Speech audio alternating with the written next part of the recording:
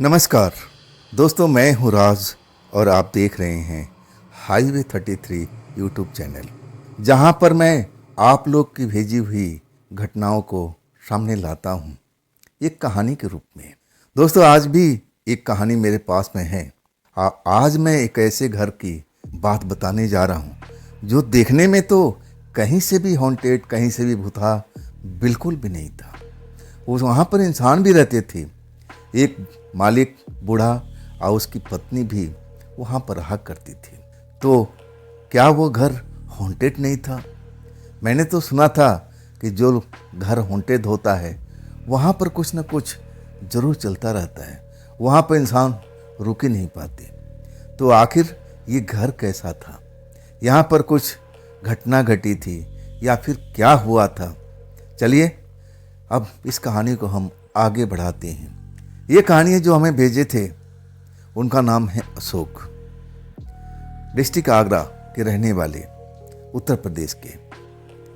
तो इन्हीं के शब्दों के द्वारा ये कहानी का शुरुआत करते हैं। दोस्तों, मेरा नाम अशोक है। मैं आगरा डिस्ट्रिक्ट का रहने वाला हूँ और एक हरियाणा के शहर में मैं नौकरी करता था। मैं एक अच्छे ऑफिस में जॉब करता था और वहाँ पर एक लड़की जिसका नाम था रितु, मैं उसके साथ में प्यार में बंध जाता हूँ और आखिरकार हमारा प्यार बहुत आगे तक निकल आता है।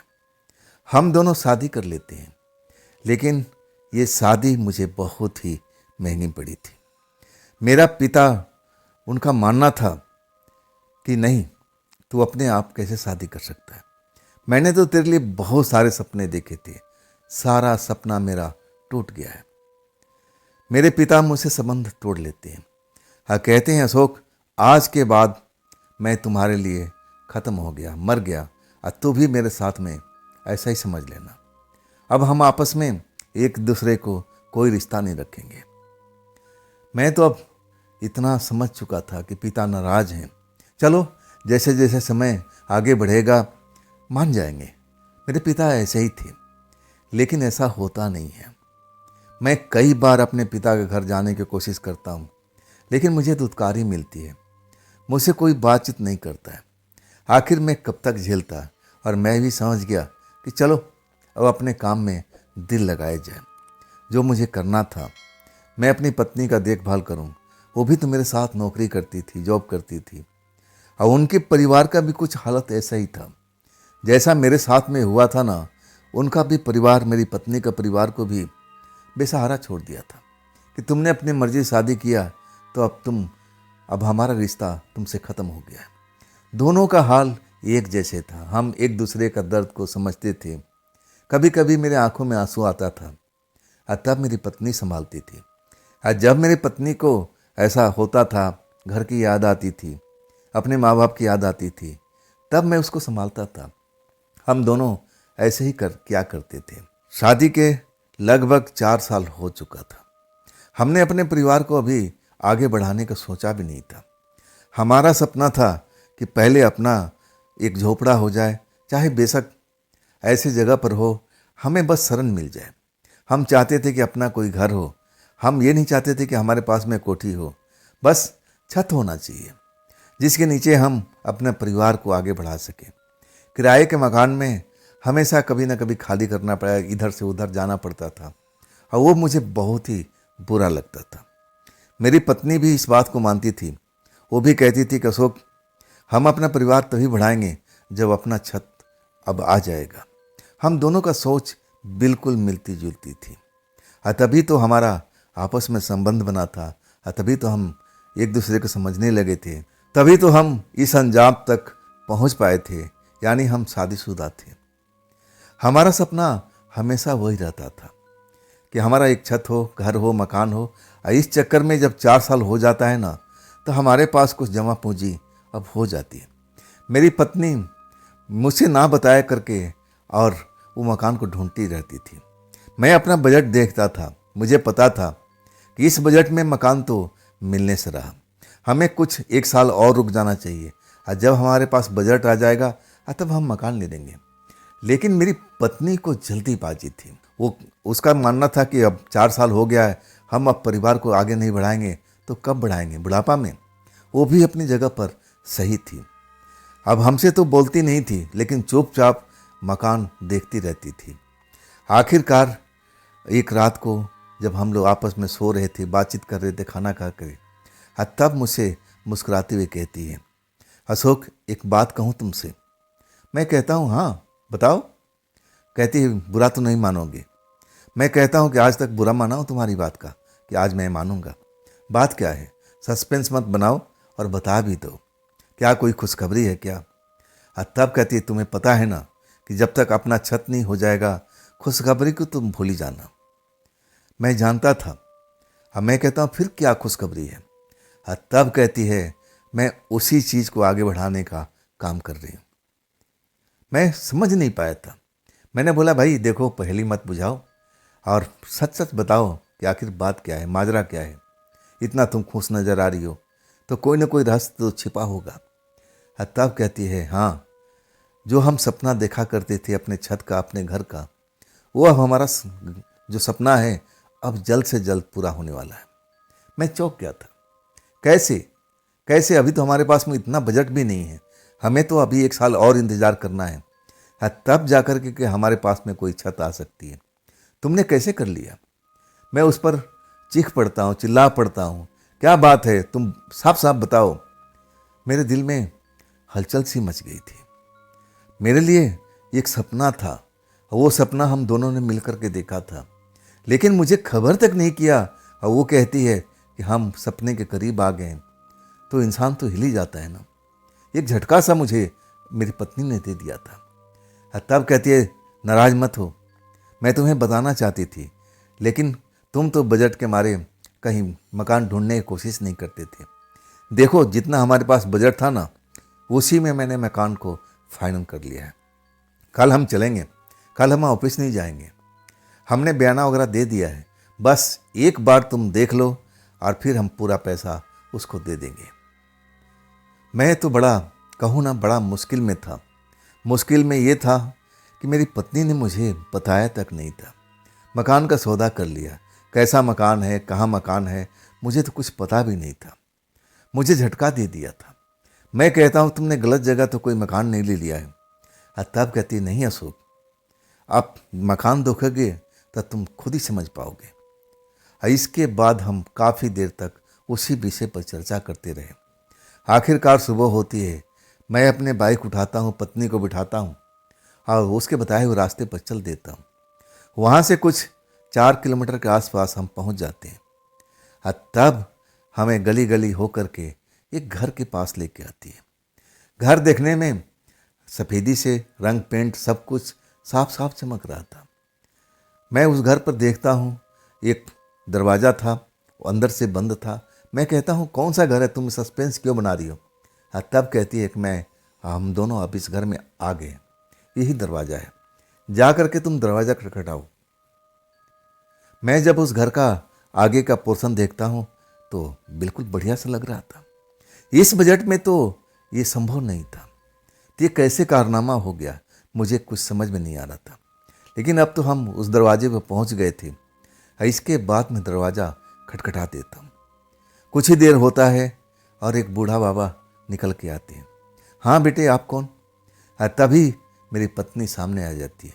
ये मेरे पति हैं अंकल जी, आप शायद इनको देखे नहीं होंगे, ये पहली बार आ रहे हैं ना। तब बूढ़ा मुस्कुराने लगा, अरे बेटा चलो, अब तो ये तुम्हारा ही घर है।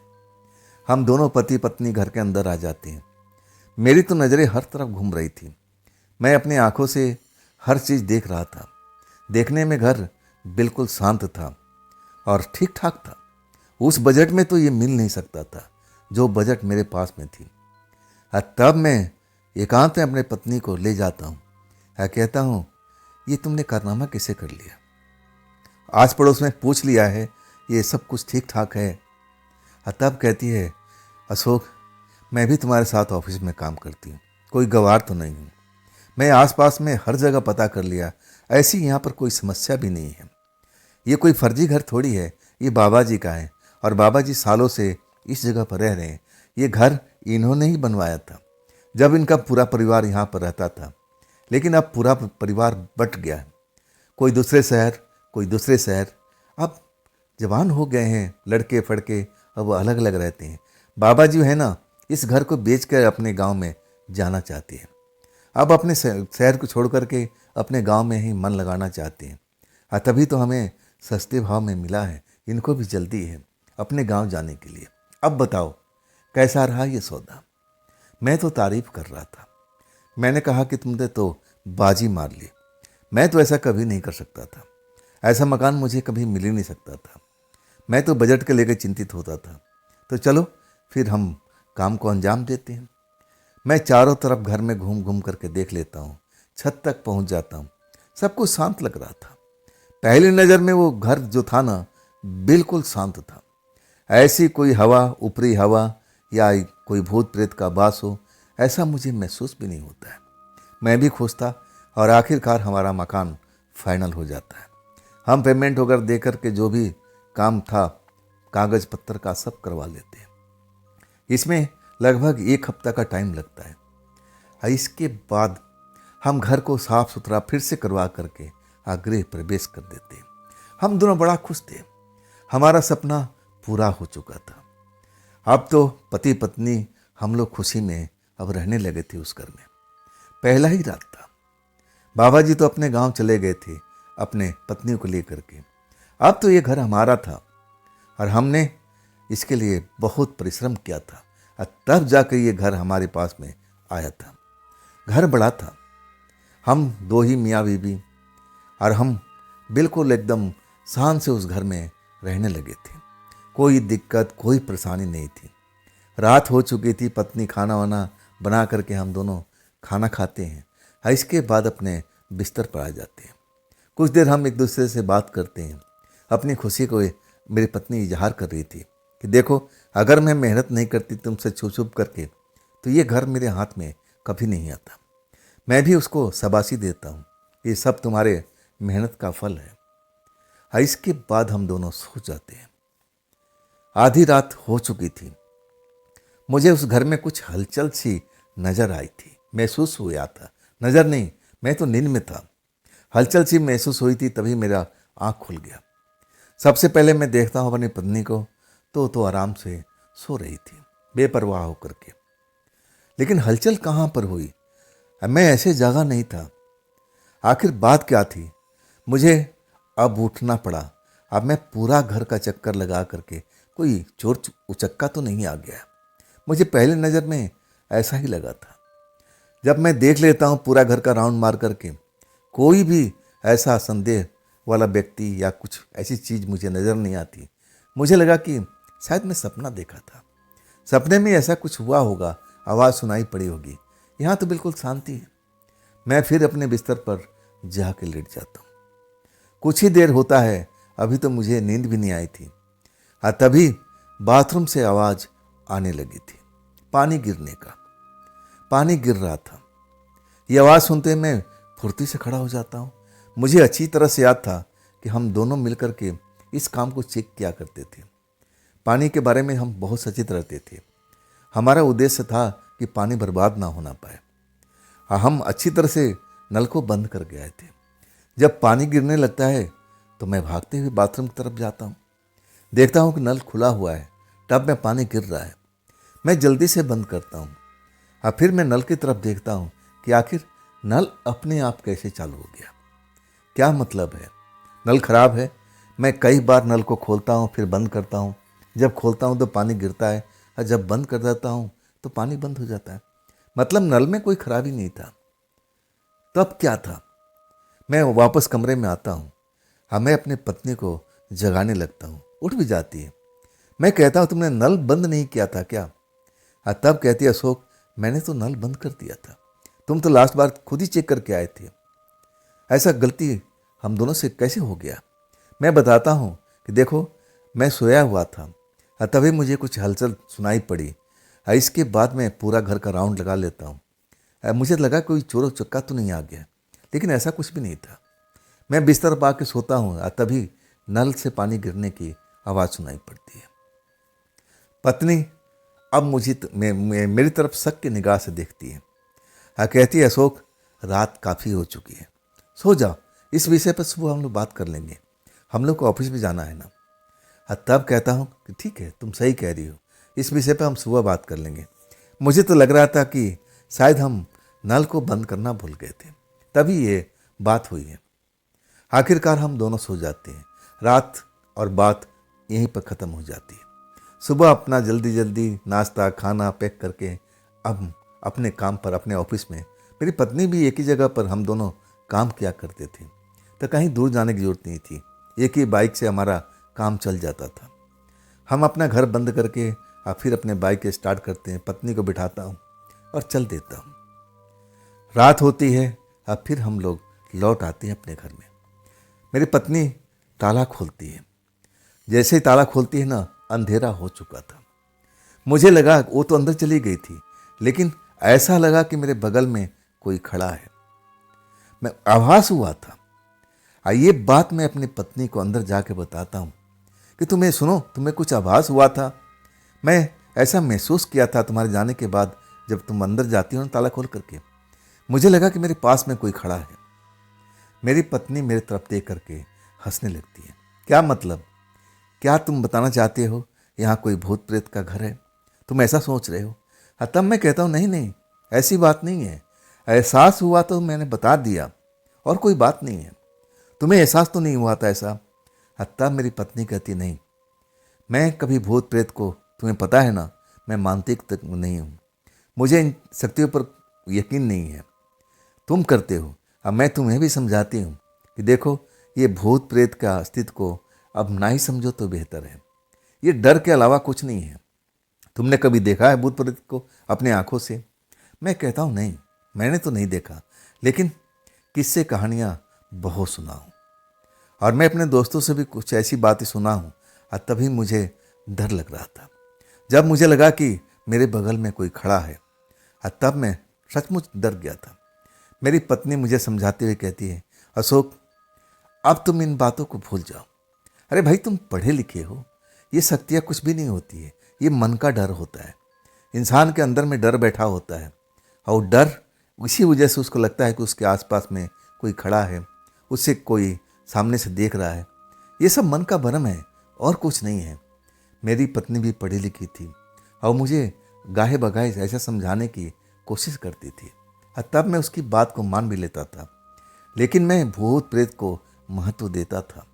देखा तो बिल्कुल नहीं था, लेकिन मेरे दोस्त कुछ किस्से कहानियाँ मुझे अब ये जरूर बताती थी कि जैसे भूत प्रेत भी इस दुनिया में रहते थे। और कभी कभी जब मैं बुरा सपना देखता था, तब मैं डर जाता था, आँख खुल जाती थी। तब मुझे लगा कि ये सपना मेरे पास में क्यों आया, कोई ना कोई इसका रहस्य जरूर होगा। नींद खुल जाने के बाद मेरी पत्नी समझाती थी कि तुम खामखा डरते हो, ऐसा कुछ नहीं है, मैं तुम्हारे बगल में लेटी हूँ। अरे ये स्वप्न है, जैसा तुम दिन भर सोचोगे, कभी न कभी वो सपना तुम्हें ऐसी जगह पर जाके खड़ा कर देगा। ये सब दिमाग का खेल है, इसमें कोई भूत प्रेत का कोई काम नहीं है, तुम डरा मत करो। पत्नी तो हमेशा मुझे समझाने की कोशिश करती थी, लेकिन मैं समझता जरूर था, लेकिन कुछ ही दिन के लिए। फिर मुझे वही चीज़ डर लगने लगता था। अंधेरी जगह पर जहाँ मैं एकांत में होता था, ऐसा लगता था कि मेरे आसपास में कोई ना कोई है जो मुझे घूर रहा है, मुझे देख रहा है, मैं उसको देख नहीं पा रहा हूँ। ये सब मेरे घर में ही चल रहा था। पूरा 1 महीना हो चुका था। ऐसा कई बार मेरे अब जीवन में आया, पल में आया, उस टाइम में जब मैं इन चीज़ों से गुजर चुका था। मुझे कई बार किचन के अंदर में, बाथरूम के अंदर में एहसास हुआ था कि मेरे पीठ के पीछे कोई खड़ा है, वो मुझे देख रहा है, और मैं उनको देख नहीं रहा। डर जाता था, भागते हुए मैं आता था। पत्नी समझ जाती थी कि मैं डर चुका हूँ, और तब मुझे समझाने की कोशिश करती थी, ये डर तुम्हारा कब जाएगा? अरे मैं कहती हूँ ना कि मैं भी तो इसी घर में हूँ, मैं कभी डरी तुम्हें दिखाई दिया है? वो मुझे फिर वही लंबा लेक्चर समझाने की कोशिश करती थी। अशोक, कोई भूत प्रेत नहीं होता है, ये दिमाग का भ्रम है, वहम है, और इसके अलावा कुछ भी नहीं है। तुम इन बातों को सोचते क्यों हो? आखिरकार मुझे लगने लगा कि इस बात तो सही कह रही है, मैंने तो कभी देखा नहीं है। हाँ, ऐसा महसूस होता है कि मेरे आसपास में कोई ना कोई मुझे देख रहा हो। चलो हम भूल जाते हैं, लेकिन मैं भूल गया, लेकिन ज़्यादा दिन तक नहीं। वो रात तो मैं कभी भूल ही नहीं सकता हूँ। रात को हम दोनों पति पत्नी आराम से सो रहे थे और ऐसा मैं एक सपना देखता हूँ। मैं देखता हूँ कि मैं अपने ही घर में हूँ। आपने मेरी जो पत्नी है किचन में काम कर रही है। मैं कुछ उससे पूछना चाह रहा हूँ, उसको आवाज़ दे रहा हूँ, अपनी पत्नी को बुला रहा हूँ। पत्नी कहती है कि देखो मैं कुछ काम कर रही हूँ, तुम ही अंदर आ जाओ। मैं किचन के अंदर जाता हूँ और जब मेरी पत्नी को मैं एक आवाज़ देता हूँ, सुनो मेरी तरफ देखो, और जब वो पलट कर मेरी तरफ उसका चेहरा आता है तो मेरी पत्नी का नहीं था। आवाज़ तो वही था, सेम चीज़ था, डिल डॉल भी वही था, लेकिन वो मेरी पत्नी नहीं थी। एक अलग था, एक रूप अलग था। उस औरत को देख करके मैं घबरा जाता हूँ। नहीं नहीं, ये मेरी पत्नी कैसे हो सकती है। मैं उससे पूछता हूँ कि तुम कौन हो, तुम इस किचन में कर क्या रही हो, ये तो हमारा घर है, मेरी पत्नी कहाँ है। और तब वो मुस्कुराते हुए कहती है, मैं ही तो हूँ तुम्हारी पत्नी, तुम मुझे भूल गए, मैं ही हूँ ना। मैं उससे चीख पड़ता हूँ कि नहीं नहीं, तुम मेरी पत्नी नहीं हो सकती हो, तुम कौन हो। और तब तक कहती है कि तुम कहाँ जा रहे हो। मेरा हाथ पकड़ने की कोशिश करती है। मैं डर जाता हूँ। अब मैं उसे दूर भागने लगता हूँ कि नहीं, तुम मेरी पत्नी हो नहीं सकती हो, मेरी पत्नी तुम नहीं हो। मैं भागता हूँ, वो मेरा पीछा करती है। मैं हर कमरे में भागता हूँ, अपने पत्नी को ढूंढने के मैं कोशिश करता हूँ कि मेरी पत्नी कहाँ है। मैं अपनी पत्नी को आवाज़ लगाता हूँ, लेकिन मेरी पत्नी कहीं पर दिखाई नहीं देती है। हर कमरे में मैं छान लेता हूँ और तब मैं एक कमरे के आकर के खड़ा हो जाता हूँ, दरवाज़ा बंद करने लगता हूँ कि नहीं नहीं, तुम मेरे पास में मत आना, तुम मेरी पत्नी हो ही नहीं सकती हो, मेरी पत्नी कहाँ है। और तब तक वो दरवाज़ा खोल देती है। मैं उसको संभाल नहीं पाता हूँ और वो मुझे एक ज़मीन पर गिरा देती है, मेरे पास बैठ जाती है, मेरे बाल को सहलाने लगती है और कहती है, आज से मैं तुम्हारी पत्नी हूँ। क्या तुमने देखा मैं तुम्हें पसंद नहीं हूँ? क्या मैं सुंदर नहीं हूँ? मैं तुम्हारे जोग नहीं हूँ? मैं डरा हुआ था और मैं चीख रहा था कि नहीं नहीं, तुम मेरी पत्नी नहीं हो, मेरी पत्नी कहाँ है, मुझे अपनी पत्नी के पास जाना है। मैं ऐसा ही चीख रहा था, चिल्ला रहा था, उसे बचने की कोशिश कर रहा था। और तब मेरी पत्नी मुझे झिझोड़ती है, उठाती है, अशोक अशोक, ये क्या बड़बड़ा रहे हो, क्या बड़बड़ा रहे हो अशोक। तब मेरी नींद खुलती है। इतना भयानक सपना मैंने कभी जिंदगी में नहीं देखा था। मैं पसीने से नहाया हुआ था। मेरी पत्नी भी आश्चर्य में डूबी हुई थी। अब मुझे कहती है, अशोक क्या हो रहा है तुम्हारे साथ में, ऐसा कौन सा भयानक सपना देख लिया जिसे तुम पूरी तरह से डर चुके हो। मैं तो अपनी पत्नी को देख के बड़ा खुश था। मुझे तो लगा कि मैं अपनी पत्नी को कहीं खो ना दिया हूँ। लेकिन जब पत्नी मेरे सामने बैठी थी तब मुझे मन को शांति मिलती है। मैं उससे लिपट जाता हूँ और कहता हूँ, देखो मुझे छोड़ के कहीं मत जाना। पत्नी बच्चों की तरह मुझे दुलारने लगती है और कहती, नहीं अशोक, मैं तुम्हें कहाँ छोड़ के जाऊँगी, तुमने देखा क्या है, ऐसा कौन सा भयानक सपना देख लिया। तब मैं कहता हूँ, अब रहने दो, मैं वो सपना इस टाइम दोहराना नहीं चाहता हूँ। लेकिन पत्नी भी जिद पर अड़ी हुई थी, वो जानने को बेचैन थी और तब मैं पूरा सपना बता देता हूँ। अब वो हंसने लगती है और कहती है, ये भयानक सपना है, इसको तुम भयानक सपना कहते हो। अरे कभी न कभी इंसान ऐसे सपनों से दो चार होता रहता है, इसमें डरने वाली क्या बात है। मैं मान लेती हूँ कि मैं वहाँ पर नहीं थी। कभी कभी दिमाग ऐसी चीज़ों से मिलवा देता है जो तुमने कभी सपने में भी नहीं सोचा होगा। डरने वाली बात नहीं है, ये तो स्वप्न था, इसमें कोई भयानक वाली बात ही नहीं थी। मजाक करती है, क्या वो औरत मुझसे ज़्यादा सुंदर थी। और तब मैं कहता हूँ, हाँ तुमसे ज़्यादा सुंदर थी, गोरी चिट्ठी थी बहुत ज़्यादा, और उसके लंबे लंबे बाल थे, वो जैसे जलन में हो गई थी। तो कहती है, फिर तुमने उसका हाथ पकड़ लिया। मैं कहता हूँ, नहीं, वो मेरा हाथ पकड़ी थी, मुझे कमरे के अंदर ले गई थी।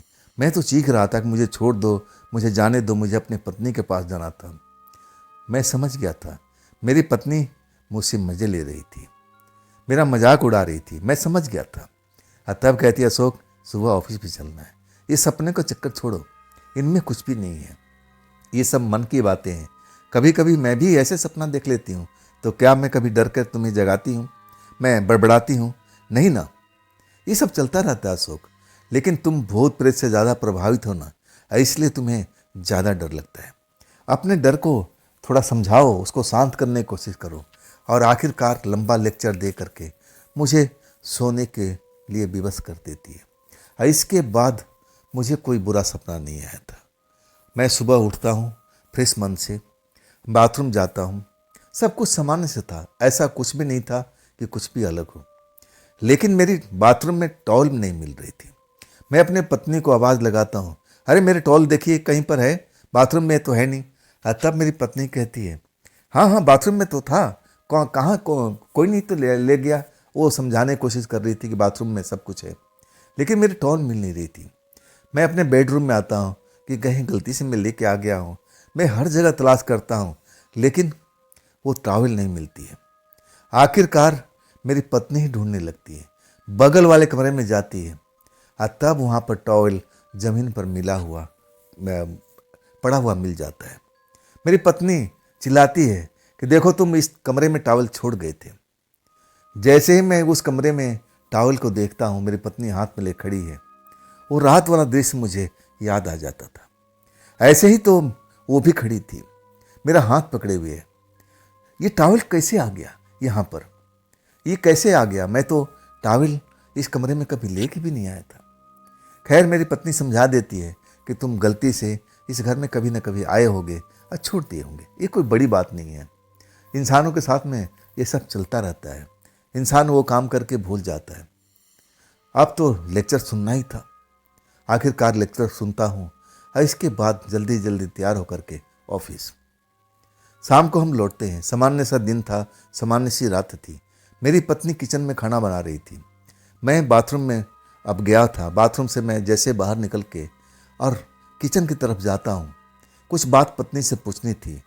और जब मैं बाथरूम में निकल कर के किचन में जाता हूँ, तब मैं जो रात का स्वप्न देखा था वैसा ही मुझे आभास होता है। मुझे आभास होता है कि वही औरत जो सपने में आई थी वही किचन में खड़ी है, मेरी पत्नी नहीं है। क्योंकि मेरी पत्नी के बाल थोड़े छोटे थे और वो जो बाल में खुला हुआ देख रहा था वो तो लंबा बाल था। कपड़ा बिल्कुल मेरी पत्नी का था, लेकिन शरीर मेरी पत्नी का नहीं था। मैं बाल से अंदाजा लगा लिया था। अब मैं देखते ही एकदम डर गया था। मैं तो खड़ा होकर के भागने की कोशिश कर रहा था और तभी मेरी पत्नी मुड़ जाती है। जैसे ही मुड़ती है मुझे डरा हुआ देख करके कहती है, अब क्या हो गया अशोक, तुम ऐसे कैसे डर गए? मैं कोई भूतनी हूं मुझे डर गए? जैसे मैं होश में आता हूं, अरे ये तो मेरी पत्नी है, तो ये लंबे बाल कहाँ गए? मैं कहता हूँ जरा पीछे घूमना। वो पीछे भी घूमती है, लंबे बाल नहीं थे, इसके तो छोटे बाल थे। मैं हैरान हो जाता हूँ। मैं अपनी आंखों से देखा था ये कैसे सब हो रहा है, क्या हो रहा है। आखिरकार अब ऑफिस भी जाना था। जल्दी जल्दी हम लोग तैयार होते हैं और फिर अपना ऑफिस पहुंच जाते हैं। ऑफिस पहुंचते ही झटका लगता है। मैनेजर साहब का बुलावा आ जाता है। कहते हैं साहब आपको बुला रहे हैं। अब मैनेजर साहब खास कारणों से लोगों को बुलाते थे, या तो उनको पदोन्नति देते थे या फिर पनिशमेंट देते थे। ऐसे हमारे जैसे इंसान को अब वो क्यों बुलाएंगे? मैं तो डर गया था। जब वो खबर आती है और चपरासी आता है कि साहब आपको बुला रहे हैं केबिन में, आप आ जाइए जल्दी से, मैं डर गया था। मैं अपने पत्नी के टेबल से गुजरता हूँ और तब पत्नी कहती है तुमने कोई गलती उलती तो नहीं किया? और तब मैं कहता हूँ नहीं, मैंने ऐसा कोई गलती किया नहीं आज तक। पत्नी कहती जाओ भी, अब देखो क्या बात है। मैं मैनेजर साहब का ऑफिस में आता हूँ और तब वो मुझे प्रेम से बिठाते हैं। मैं उनकी तरफ देखता हूँ और वो तो जैसे दूसरी तरफ कोई कागज पत्र देख रहे थे। आखिरकार अब मेरी तरफ संबोधित करते हुए देखते हैं और कहते हैं अशोक देखो, मैं तुम्हें खोना नहीं चाहता था। तुम हमारे ऑफिस में बड़े जोग व्यक्ति हो, लेकिन क्या करें, मालिकों का आदेश है, छटनी कर रहे हैं, कुछ लोगों को ऑफिस से निकाल रहे हैं। मैं तो तुम्हारा नाम भी सजेस्ट नहीं किया था, मालिक ने अपने आप ही चुन लिया है। अशोक मुझे माफ़ कर देना, मैं तुम्हारी कोई ना कोई ज़रूर मदद करूँगा, लेकिन इस टाइम नहीं। आप समझ गए ना मैं तुमसे क्या करना चाहता हूँ? मालिक ने तुम्हें हटा दिया है, छटनी हो रहा ऑफिस में।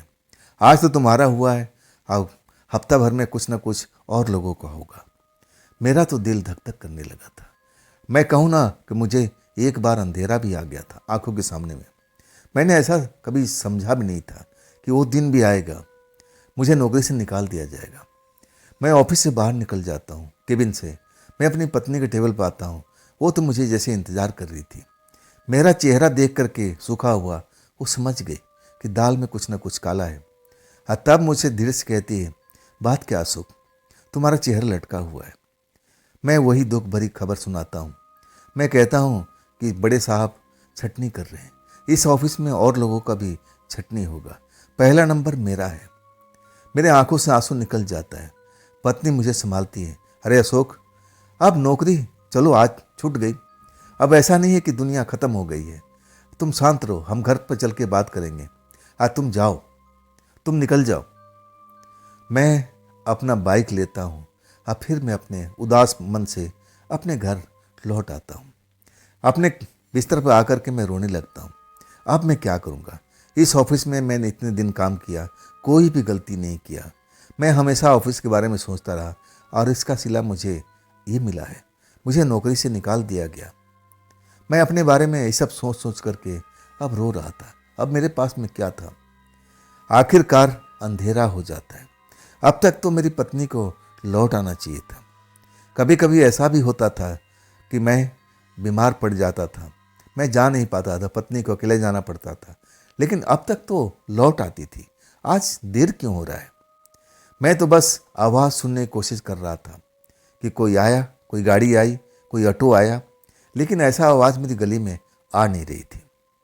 मैं कभी दरवाजे पर और कभी अपने कमरे में चहलकदमी कर रहा था। अंधेरा हो चुका था और लगभग 8 से ऊपर का टाइम हो गया था। मेरे कमरे में रोशनी जल रही थी। मैं ऐसे ही चहलकदमी करता हुआ, पत्नी का इंतज़ार करता हुआ, अब मैं अपने बेडरूम में आता हूँ। जैसे बेडरूम में आता हूँ ना, तो एक औरत बैठी हुई बेडरूम पे दिखाई देती है, चेहरा दूसरी तरफ में। मैं जब उस औरत को देखता हूँ तो एक पल तो मुझे लगा कि नहीं नहीं, ऐसा कुछ हो ही नहीं सकता है। लेकिन अगले पल मैं अपनी आंखें मचका करके अब फिर देखता हूँ तो मैं कांप जाता हूँ। ये तो लंबे बाल वाली औरत थी जो मुझे किचन में मिली थी, मुझे सपने में मिली थी। हाँ, कह रही थी कि वो मेरी पत्नी है। मैं उसको अपने पलंग पर बैठे हुए देख करके मैं डर जाता हूँ। मैं कहता हूँ, तुम कौन हो, तुम कौन है, यहाँ पर कैसे आ गई? वो औरत मेरी तरफ मुड़ती है। हाँ, जैसा मैंने सपने में देखा था बिल्कुल वैसी की वैसी है। उसके चेहरे पर मुस्कुराहट थी, शरारत वाली। मुझे इशारा से, उंगली के इशारे से मुझे बुला रही थी। हाँ, मैं तो उसको देख करके जैसे मैं पत्थर का हो चुका था। ना तो मैं भाग रहा था और ना मैं चीख रहा था। मेरे लिए एक अजूबा थी। मेरा घर बंद था, ये औरत कैसे आ गई? इसी औरत को तो मैं किचन में देखा था जब मेरी पत्नी काम कर रही थी। मैं भूल नहीं सकता था लंबे बाल वाली औरत को, और मेरी पत्नी से भी बहुत ज़्यादा खूबसूरत थी। मुझे इशारा करके बुला रही थी। मैं तो पत्थर का हुआ पड़ा था, मेरे पैर जमे हुए थे। आखिरकार वो पलंग से उठ जाती है और मेरे पास में आती है। जैसे ही मेरे पास में आती है ना, उसी पल दरवाज़ा ठक ठक ठक ठक ठक ठक ठक ठक होने लगता है। हाँ, जैसे मैं होश में आता हूँ, मैं अब वो जैसे होश में आता हूँ ना, आवाज़ सुन करके दरवाजे पर मेरी पत्नी आ गई थी और दरवाज़ा को नॉक कर रही थी। मैं पलट के देखता हूँ तो औरत गायब हो चुकी थी। मैं कहूँ ना कि उधर दरवाजे पर ठक ठक ठक ठक मेरी पत्नी दरवाजे को ठोक रही थी। इधर मैं जैसे एकदम सन्न हुआ पड़ा था। ऐसा लग रहा था कि ये सब मेरे साथ में क्या घट रहा है। ये औरत कहाँ गई? अभी तो पलंग पर मैंने देखा, अभी मेरे पलंग से उतर के मेरे पास में आ गई। ये क्या हो रहा मेरे साथ में? पत्नी शोर मचा रही थी, अब तो आवाज़ लगाने लगी, अशोक अशोक तुम क्या सो गए क्या? अशोक सो गया क्या? तब मैं जैसे होश में आता हूँ और भागते हुए जाके दरवाज़ा खोलता हूँ। मेरा उड़ा हुआ रंगत देख करके पत्नी कहती है, अरे छोड़ो ना अशोक, एक नौकरी गई 36 मिल जाएगी। तुम पढ़े लिखे हो, काबिल इंसान हो, एक्सपीरियंस तुम्हारे पास में है, तुम्हें क्या डरने की जरूरत है? तुम चिंता मत करो, नौकरी की बाबत तुम बिल्कुल चिंता करना छोड़ दो, मैं सब कुछ संभाल लूँगी। मैं नौकरी से नहीं, मैं तो उस औरत से डरा हुआ था। आखिर वो बला क्या थी जो मुझे कमरे में बिस्तर पर बैठी हुई नजर आई और मेरे पास में आ गई। अगर मेरी पत्नी दरवाज़ा नहीं ठकठकाती तो ना जाने मेरे साथ में क्या करती। मैं इस चीज़ से डरा हुआ था, मेरा रंगत इस चीज़ से उड़ा हुआ था। मेरी पत्नी मुझे पलंग पर ले जाती है, बिठाती है। अशोक, तुम टेंशन करना बंद कर दो। मैंने अब बोल दिया ना कि मैं सब कुछ देख लूँगी। तुम्हें अब किस बात का फिक्र है? मैं कमा रही हूँ ना। चलो तुम्हारी नौकरी गई तो मैं तो हूँ ना। अब हमारे पास में पैसे की कोई कमी है क्या? अरे आज नहीं मिलेगी नौकरी, 10 दिन के बाद मिल जाएगी, मेरी पत्नी मुझे समझा रही थी। लेकिन मैं तो किसी और चीज़ से डरा हुआ था। वो तो मुझे समझने की कोशिश नहीं कर रही थी। आखिरकार मैं ही बोलता हूँ, अरे देखो, नौकरी की तो बात अलग है। मैं नौकरी से परेशान नहीं था। इसके बाद मैं पूरी बात बताने लगता हूँ उसी औरत के बारे में। वो सपने में आई थी पहली बार। इसके बाद किचन में मुझे दिखाई पड़ी थी मेरी पत्नी के रूप में। इसके बाद तीसरा टाइम था जब वो मेरे बिस्तर पर नजर आती है। मैं बताता हूँ कि अगर तुमने दरवाज़ा नहीं नॉक करता ना तो शायद वो ना जाने मेरे साथ में क्या करती। आखिर कौन है ये? मेरी पत्नी। अब हम लोग इतनी परेशानी में थे लेकिन वो हंसने लगती है और कहती है, अशोक, ये कब तक तुम छोड़ोगे इन बातों को? मैं कहती हूँ ना कि भूत प्रेत के बारे में सोचा मत करो, दिमाग खराब होता है। अब तो तुम मेरा भी दिमाग खराब कर रहे हो। मैं भी ऐसे ही सोचने लगी हूँ। अरे कुछ नहीं होता ऐसा।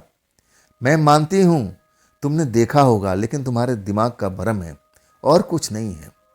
दिमाग का भ्रम के अलावा कुछ भी नहीं हो सकता है। तुम इस दुनिया से बाहर निकलो, इस दुनिया के आगे भी दुनिया है, वो भी दुनिया बहुत हसीन है। मैं कहती हूँ ना कि तुम भूत प्रेत की कहानियाँ मत पढ़ा करो, लेकिन तुम मेरी सुनते कहाँ हो? वो मुझ पर लेक्चर दे रही थी।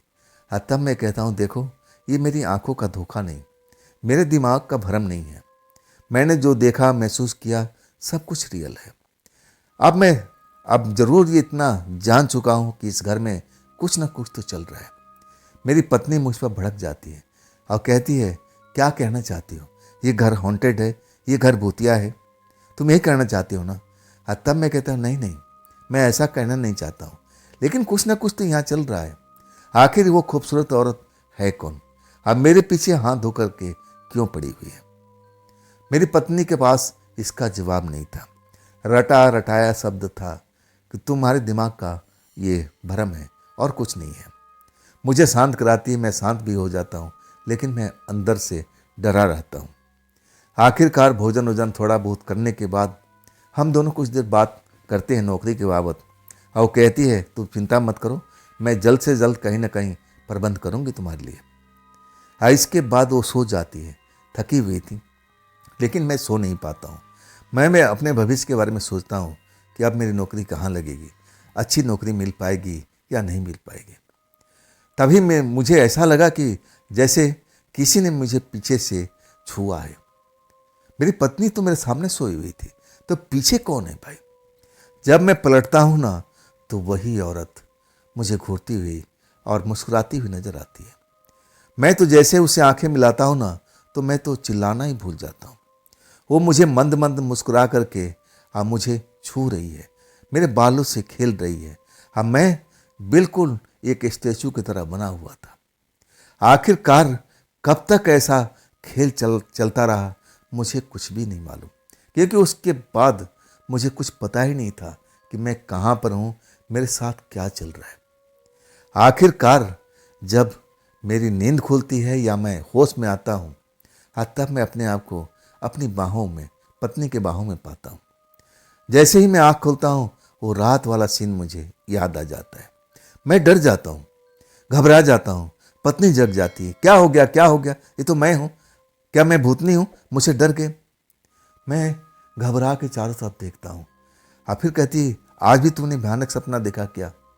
मैं कहता हूँ, हाँ बिल्कुल देखा। वो बात सब कुछ मैं बताने लगता हूँ कि देखो, तुम तो सो गई थी, लेकिन मुझे नींद नहीं आ रहा था। तभी मुझे पीछे से कोई अब छुआ।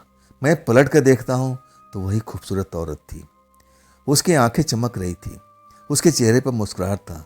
वो मुझे छू रही थी, मेरे बालों से खेल रही थी। मैं तुम्हें बताना था, चाहता था, चिल्लाना चाहता था, लेकिन जैसे मुझ पर जादू हो गया। मैं एक स्टैच्यू की तरह बन चुका था। हाँ, इसके बाद मुझे कुछ भी याद नहीं कि मेरे साथ में क्या हुआ। मैं ये बात बोल करके रोने लगा था। मैं कहने लगा कि देखो, तुम मानती नहीं हो ना, भूत प्रेत को मत मानो। लेकिन मैं भी मानता हूँ। अगर ना मानो तो भी मेरे साथ में क्या हो रहा है, आखिर ये औरत मेरे पीछे क्यों पड़ी हुई हाथ धो करके, हाँ, उस रात को मेरे साथ में क्या हुआ है। मैं इस बात पर ज़्यादा अंदर से गमगीन था। मुझे लगा कि मेरे साथ में कुछ न कुछ रात में गलत हुआ है। मेरी पत्नी हो नहीं सकती थी। आखिरकार पत्नी मुझे समझाती है कि देखो, चिंता मत करो, कुछ दिन के बाद है, फिर तुम्हारी नौकरी लग जाएगी। अब मैं कहती हूँ ना, तुम भूत प्रेत के बारे में ज़्यादा सोचा मत करो, मुझे काम पर जाना है, तुम अपने आप को संभाल लोगे ना। तब मैं कहता हूँ कि हाँ, मैं अपने आप को संभाल लूँगा, तुम जाओ अपना ऑफिस। ऑफिस चली जाती है। दिन का टाइम था। मैं तो अपने कमरे में आराम करता था। खाना वाना बना करके गई थी, और इसके बाद मैं अपने बिस्तर से कहाँ जाता। खाना खाता हूँ, आराम से सो जाता हूँ। आखिरकार शाम हो जाती है और तब तक मैं सोता रहता हूँ। अंधेरा हो जाता है। मुझे तो होश ही नहीं था। ऐसा लग रहा था कि मैं फिर सपने में आ चुका हूँ। मेरे बिस्तर पर वही औरत लेटी हुई है। मैं उसको देखता हूँ और तब मैं भड़क जाता हूँ। तुम वही हो ना, मेरे साथ में क्यों चिपक रही हो, तुम मुझसे क्या चाहती हो। तब वो औरत मुझे समझाती हुई कहती है, मैं तुम्हें पाना चाहती हूँ। मैं तुम्हें जब से देखा है, मैं अपने आपे में नहीं हूँ। मैं तुम्हें और मैं, हम पत्नी पत्नी के रूप में रहना चाहते हैं। मेरा यही ख्वाहिश है। तुम मुझे दूर भागने की कोशिश कर रहे हो, लेकिन मैं तुम्हें दूर भागने नहीं दूंगी। अगर तुम मेरे से जितना दूर भागने की कोशिश करोगे, मैं तुम्हें उतना ही परेशान करूंगी। आज मैंने कर दिया ना, मैं तुम्हें घर पर बिठा दिया ना। अब मुझसे दूर भागने की कोशिश करोगे ना, मैं तुम्हारी पत्नी को भी नौकरी से निकाल दूंगी। उसी वक्त मेरी आंख खुल जाती है। मैं देखता हूं तो मेरे बिस्तर में कुछ भी नहीं था, कोई भी नहीं था। दरवाजा पर धड़ धड़ धड़ धड़ हो रहा था कि मेरी पत्नी आ गई है। मैं भागता हूँ, जाके दरवाज़ा खोलता हूँ। मेरी पत्नी को देख के मुझे सुकून मिलता है। मेरे चेहरे पर हवाइया उड़ रहा था। तब मेरी पत्नी कहती है, अभी ज़्यादा रात भी नहीं हुई है, तुम फिर सपने में गए थे क्या, तुम डरे हुए दिखाई दे रहे हो। तब मैं पूरी बात बताता हूँ कि देखो, मैं तुम्हें बता रहा था ना कि इस घर में कुछ ना कुछ चल रहा है, लेकिन तुम समझती नहीं हो ना। ये मेरी नौकरी ऐसे नहीं निकली है। इस प्रेतात्मा का ये सब काम है जो इस घर में रह रही है। हाँ, वो तो तुम धमकी दिया है कि अगर तुम मुझसे ज़्यादा दूर भागने की कोशिश करोगे, वो तुम्हारी नौकरी भी खा जाएगी। मेरी पत्नी खिलखिला के हंसती है और कहती है, ऐसा उसने कहा था। तब मैं कहता हूँ, हाँ भाई, उसने कहा था, उसने धमकी दिया था।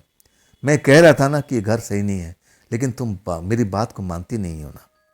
मेरी पत्नी इन विषय पर कभी यकीन करती ही नहीं थी। हंसने लगती है। कहती है, ठीक है, अपने सहेली से बोल देना कि मुझे नौकरी से निकलवा दे, तब मैं इस बात को मानूंगी। खैर, रात होती है। अब विषय बदल जाता है। मुझे अब समझाने की कोशिश करती है। मैं भी उसकी बात समझ जाता हूँ, खाना पीना खाता हूँ, अब फिर सो जाता हूँ। इसके बाद पत्नी तैयार होती है, ऑफिस पहुँच जाती है। अब मैं तो घर में डरा डरा सा रहता था। हर पल जरा सा भी हाट होती थी ना, मुझे लगता था कि वही वही है, वही खूबसूरत लड़की है। अब मुझे अकेला देख करके मुझे छोड़ेगी नहीं। मैं घबरा जाता था। मैं खिड़की दरवाज़ा सब खुला रखता था। मुझे डर लगता था। जरा से भी हवा में सरसराहट होती थी तो मुझे लगता था कि वो आ गई, वो आ गई। लेकिन मेरी पत्नी जो थी ना, इन बातों पर बिल्कुल भी यकीन नहीं करती थी। उसका तो मानना था कि भूत प्रेत नाम के कोई चीज़ इस दुनिया में होती ही नहीं है। आखिरकार 4 बजे से पहले ही मेरी पत्नी जब लौट के आ जाती है, तब मैं दरवाज़ा खोलता हूँ। इसके बाद उसका चेहरा लटका हुआ था। मैं घबरा जाता हूँ। क्या हो गया तुम्हारे साथ में, तुम्हारी तबीयत ठीक है ना, तुम्हारी तबीयत ठीक है ना। तब कहती है कि हाँ ठीक है। मैं कहता हूँ, तुम्हारा चेहरा क्यों लटका हुआ, इतना जल्दी से ऑफिस से कैसे आ गई, क्या बात है। तब कहती है, अशोक, तुम सही कह रहे थे, तुमने बिल्कुल सही कहा था। मेरी भी नौकरी चलेगी, मेरी भी नौकरी चलेगी। और उसके बाद वो रोने लगती है। मेरा तो दिल धक से हो जाता है। वो जिस जो प्रेतात्मा थी मेरे घर में, वो साफ साफ शब्दों में कहा था, मुझे चेतावनी दिया था कि देखो, तुम मुझसे दूर भागने की कोशिश करोगे ना, तो जैसे मैं तुम्हारी नौकरी को खा गई, तुम्हारी पत्नी की नौकरी भी खा जाऊंगी। तुम लोग पाई पाई के तरसने लगोगे और तब तुम्हें होश आएगा। मैं तो ये सब बातें याद करके कांप गया था। अब मेरी पत्नी को भी शायद यकीन होने लगा था मेरी बात पर। तब मैं अपनी पत्नी से कहता हूँ, अब तुमने इस बात को मान लिया? तब कहती है, हाँ मैंने मान लिया। तुम्हें भविष्यवाणी तो करनी आती नहीं है, तो आखिर तुमने ये भविष्यवाणी कैसे की थी? मैं इसी बात को पूरी रास्ते सोचते आई हूँ। तब मुझे लगा कि जरूर हमारे घर में कुछ ना कुछ चल रहा है। मैं पढ़ी लिखी हूँ ना, मैं इस विषय पर कभी समझने की कोशिश नहीं किया, लेकिन मुझे लगने लगा कि जरूर हमारे घर में कुछ ना कुछ खेल हो रहा है। अब हम क्या करें अशोक, हम तो सारा पैसा यहाँ पर लगा चुके हैं, तो हम कहाँ जाएं, हम कहाँ रहेंगे? तब मैं अपनी पत्नी को समझाता हूँ, चिंता मत करो, हम लोग जैसे पहले किराए पर रहते थे, किराए पर रह लेंगे। ये घर को जब बेच देंगे, जब पैसा आ जाएगा, तब हम अपने लिए नया घर खरीदेंगे, लेकिन हम इस घर में नहीं रहेंगे। मैं पत्नी से ज़्यादा मैं डरा हुआ था। मेरी पत्नी भी जरूर अब सोच विचार कर रही थी। उसको समझ में आ गया था कि मैंने उससे कोई झूठा बात बोला नहीं था। जब पत्नी की नौकरी चली जाती है और ऑफिस में किसी की नौकरी नहीं जाती है, तो छटनी क्या दो लोगों के लिए हुआ था, मेरे लिए और मेरी पत्नी के लिए। और बाकी लोग निकम्मे लोग और भी मेरे से ज़्यादा थे, उनको क्यों नहीं निकाला गया? मुझे ही क्यों, जो मैं ऑफिस में सबसे तेज काम करता था, और सबसे बड़ी बात मेरी पत्नी तो मेरे से भी ज़्यादा तेज थी, उसको क्यों निकाला गया था? जरूर इस प्रेतात्मा का ही कारनामा है। हम दोनों डर गए थे। पत्नी तो बिल्कुल तैयार हो चुकी थी। मैं आखिरकार अब अपने फ्रेंड के पास जाता हूँ, पूरी कहानी बताता हूँ, और तब कहता है कि कुछ दिन तुम लोग हमारे घर पर रह जाओ। और तब मैं कहता हूँ, नहीं भाई, हमें तुम एक ऐसा घर दिलवा दो जो हमारी बजट में हो।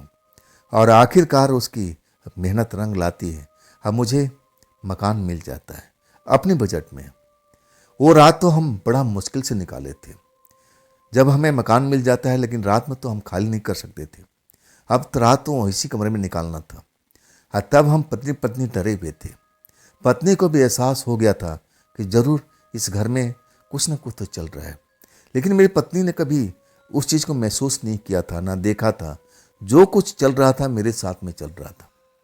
आखिरकार हम दोनों सोते हैं, और इसके बाद मेरी पत्नी चीखने लगती है। मेरी नींद खुलती है। मैं देखता हूँ तो मेरी पत्नी आंखें बंद है और चिल्ला रही है, चीख रही है, चिल्ला रही है। मैं उसको होश में लाने की कोशिश करता हूँ, जागो जागो, क्या हो गया, क्या हो गया? तब वो आंखें खोल देती है, मुझसे लिपट जाती है और कहती है, हाँ हाँ वैसे ही है, जैसा तुम बता रहे थे ना वैसे ही है। वो मुझे धमकी दे रही है और कह रही है कि अगर तुम लोग मेरी बात नहीं मानोगे, हम तुम्हारे साथ में बहुत बुरा करेंगे, और हम तो तुम्हें इस घर से जाने भी नहीं देंगे। तुम लोग जाके दिखाओ। अब क्या होगा, अब क्या होगा अशोक, क्या होगा? मैं कहता हूँ, तुम चिंता मत करो, एक बार हम लोग इस घर से निकल जाएंगे, वो हमारा कुछ भी नहीं बिगाड़ पाएगी। मैं ऐसा अपने दोस्तों से सुना है, हॉन्टेड घर में जो आत्माएं बैठी रहती हैं वो बाहर नहीं निकलती हैं। उनका इलाका, एरिया सब कुछ उसी में होता है। आखिरकार हम दोनों सो नहीं पाते हैं। जरा सा आहट होती है रात में, ऐसा लगता है कि वो फिर प्रेतात्मा हमारे सामने में आ गई है। हम डर जाते थे। कभी हवा का तेज झरझराहट आता था तो हम दोनों एकदम कांपने लगते थे। बड़ी मुश्किल से हम लोग पूरी रात उस घर में निकाले थे। आज जैसे सुबह होता है हम तैयारी कर लेते हैं। हमारे पास विशेष ज़्यादा सामान भी नहीं था। इसके बाद हम लोग लोड करवाते हैं और फिर किराए के घर पर निकल आते हैं। वो घर बिका, लेकिन पूरे 1 साल के बाद, और कीमत भी अच्छा खासा दे गया। जिसने घर खरीदा था हमने उसको अंधेरे में नहीं रखा था। हमने और मेरी पत्नी ने सब कुछ बता दिया था कि देखो भाई, हमने भी शौक से वो घर खरीदा था। पहली नज़र में देखने में हमें जम गया था, लेकिन हमें नहीं पता था कि उस घर में कोई लड़की का आत्मा रहता है। अब जो मकान खरीदा था ना, वो एक बूढ़ा आदमी था, अधेड़ था, बूढ़ा तो कहना ठीक नहीं होगा। वो हमारी बात पर विश्वास नहीं कर रहा था। वो कहने लगा, आपने मकान बेच दिया ना, अब हमारी जिम्मेवारी है, आप लोग अब इसे छुटकारा पा गए ना, आप अपना पैसा पकड़िए और हमें अपना मकान, आप भी खुश रहिए और हम भी खुश रहेंगे। हम लोग इतना उसे बता चुके थे, लेकिन वो इंसान डरा नहीं था। मतलब हमारी पत्नी से भी साहसी था। आखिर उसमें ऐसा क्या गुण था? कौन कौन उस मकान में रहता है, हमें कुछ भी मालूम नहीं था। जो उसका परिवार था, अकेले रहेगा, उसका परिवार है, हमें कुछ नहीं मालूम। आखिरकार पूरा 2 महीना बीत जाता है। हमें उस एरिया से कुछ काम होता है, मैं उसी एरिया से निकलने लगता हूँ। अब छुट्टी वाला दिन था, मैं अपने दोस्त से मिलने के लिए जा रहा था और रास्ते में वही घर पड़ता था जिस घर में हम लोग रहे थे, कभी वो हमारा घर था। जब मैं वहाँ जाता हूँ ना, तो मेरा बाइक का ब्रेक लग जाता है। मैं देखता हूँ कि बूढ़ा बाबा बाहर कुर्सी डाल के बैठे थे। मैं उनके पास जाता हूँ, तब मुझे देख के पहचानने की कोशिश करते हैं। कहते हैं, बेटा मैं आपका चेहरा देखा हुआ है, लेकिन समझ में नहीं आ रहा। तब मैं कहता हूँ, अंकल ये हमारा मकान था, मेरी पत्नी ने डील किया था ना आपके साथ में। तब कहते हैं, अरे अरे बेटा, हाँ हाँ, क्या चाहिए आपको, कैसे रास्ता भटक गए? अब मैं कहता हूँ, नहीं, यहाँ पास में मेरा दोस्त रहता है, लेकिन अंकल मैं आपसे ये सवाल ज़रूर पूछूंगा, क्या वो प्रेतात्मा आपको नज़र आती है जो मुझे नज़र आती थी, जो मैं आपको साफ साफ शब्दों में बताया था? तब वो जो अधेड़ आदमी था मेरी तरफ घूर कर देखने लगा, बिल्कुल शांत भाव में। उसके चेहरे पर कहीं डर का रेखा मुझे नज़र नहीं आ रही थी। मैं अपना सवाल दोहराता हूँ। तब कहता है, तुम्हें क्या मतलब है इससे बेटा, तुम्हें क्या करना है इससे जान करके? वो प्रेतात्मा आज रहती है नहीं रहती है, तुम्हें क्या लेने देना? तुम्हारा पैसा मिल गया, तुम्हारा प्रिंट छूट गया ना, अब मेरी जिम्मेदारी है ना, मैं इसको देख लूँगा। लेकिन मैं इतनी आसानी से टलना नहीं चाहता था। तब मैं कहता हूँ कि अंकल जी, आपको क्या डर नहीं लगता प्रेतात्मा से? जबकि मेरी पत्नी ने, मैंने साफ साफ बता दिया था कि ऐसी समस्या इस घर में है। तब वो हंसने लगा, कहने लगा, बेटा आज भी इसी घर में है, इसी घर में रहती है। तुम जाओ, तुम समझ नहीं पाओगे, तुम जाओ यहाँ से, तुम्हें समझ में भी नहीं आएगा। मैं तो बस उसका मुंह देखता रह गया था। आखिरकार मुझे समझ में नहीं आया आखिर वो किस रहस्य की तरफ इशारा कर रहा था, लेकिन समझ में आया जब मैंने अपनी बात यार दोस्तों से चर्चा किया और देखिए वही नौकरी थी जो मुझे और मेरी पत्नी को निकाल दिया गया था। आखिरकार उनको, जब हम नए मकान पर जाते हैं, आखिरकार हमारी उनको ज़रूरत महसूस होने लगती है। हाँ, इसमें वक्त ज़रूर लगता है, 3 महीने का वक्त। तब तक हम लोग इधर उधर नौकरी का जुगाड़ कर रहे थे, लेकिन मेरी पत्नी का एक छोटा सा जॉब मिल गया था, लेकिन मैं ही घूम रहा था, फिर रहा था। तभी मेरा एक दोस्त मुझे मिल जाता है। मुझे देख करके आश्चर्य में पड़ जाता, अरे हम तो तुम्हारे घर पर गए थे ढूंढने के लिए, जहाँ पर तुमने नया मकान लिया था, लेकिन पता लगा कि वहाँ तो कोई और रहता है। मैं कहता हूँ, कैसे आना हुआ? तब कहता है, बॉस बुला रहा है, बॉस बुला रहा है, उसको अपनी गलती का एहसास हो रहा है। तुम्हारी भी और तुम्हारी पत्नी की भी नौकरी पक्की समझो, जल्दी से जल्दी आकर के ऑफिस ज्वाइन करो। सच कहूँ ना, हमें ऐसा खुशी कभी नहीं मिली थी। आखिरकार वो नौकरी भी मुझे वापस मिल जाती है। लेकिन एक बात, जब मैं उस नौकरी पे चला जाता हूँ, अपने दोस्तों के मंडली में बैठता हूँ, अब पूरी कहानी में किसी से छिपाता नहीं हूँ जो भी उस घर में हुआ था।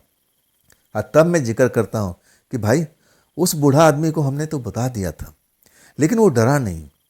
मैं जब एक बार उससे मिलने के लिए गया था, तब वो बिल्कुल खुश दिखाई दे रहा था और वो कह रहा था कि आज भी वो प्रेतात्मा उसी घर में रहती है, तुम समझ नहीं पाओगे, तुम जाओ यहाँ से। तो क्या है मतलब उसका? मेरा दोस्त मेरे से एक ज़्यादा सीनियर था। तब वो मेरी बात पर गौर करता है। कहता है, तुम समझ नहीं पाओगे, वो बाबा ने सही कहा था। वो बाबा कोई ऐरा गैरा नहीं है, वो नॉर्मल इंसान नहीं है, वो कोई तांत्रिक मांत्रिक है और वो अपना कुछ ना कुछ उस प्रेतात्मा के साथ में चक्कर चल रहा है। ऐसे कोई इतना पैसा कोई हॉन्टेड घर के लिए दे के नहीं जाएगा। तब मुझे थोड़ा बहुत समझ में आ गया था कि ज़रूर कोई ना कोई तांत्रिक मांत्रिक होगा और उसको ये पता लग चुका होगा कि इस घर में कोई प्रेतात्मा रहती है, वो भी खूबसूरत। लालच में आ गया होगा, शायद उसके साथ रात गुजारने के लिए या फिर कोई अपना सिद्धि प्राप्त करने के लिए। तो दोस्तों, ये थी अशोक जी की भेजी हुई घटना। आपको कैसी लगी कमेंट में ज़रूर बताइएगा। हाँ दोस्तों, ये भी चैनल आप ही का है, तो इसको भी अपना प्यार दीजिए, लाइक कीजिए, सब्सक्राइब कीजिए, अपने दोस्तों को शेयर कीजिए। और हाँ दोस्तों, अगर आपके पास भी कोई अपनी आप बीती है, अपनी कोई घटना है, तो आप मुझे इंस्टाग्राम पर, मेरे व्हाट्सएप नंबर पर आप मुझे शेयर कर सकते हो। तो दोस्तों, फिर मिलते हैं कल की रात इसी चैनल पर, इसी टाइम पर। आप लोग अपना ख्याल रखिएगा। नमस्कार।